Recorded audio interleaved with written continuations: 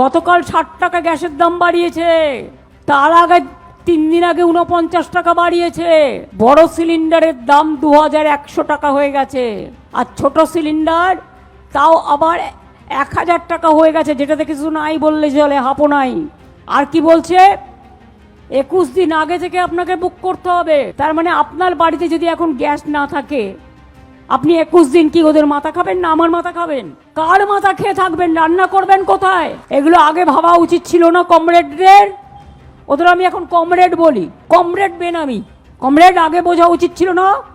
Comrade শব্দটাকে আমি শ্রদ্ধা করি, বাট বেনামি কমরেডদের নয়। তাদের জিজ্ঞেস করি, আগে কি করছিলেন? ঘুমোচ্ছিলেন না উপহার নিয়ে বেড়াচ্ছিলেন? গলায় মালা পরে বেড়াচ্ছিলেন দেশকে বেচে দিয়ে? আজকে মনে পড়লো যার ঘরে গ্যাস নেই তাকে 21 দিন অপেক্ষা করতে হবে। রান্নাটা তাহলে আপনি করে দিয়ে যাবেন, হোম ডেলিভারি আপনি করে দিয়ে যাবেন। কেরোসিনও তো নেই যে স্টোভ জ্বালাবে, কেরোসিনও তো কোটা কমিয়ে দিয়েছেন, বন্ধ করে দিয়েছেন প্রায়। তা লোকে খাবেটা কি? মাথা চিবোবে?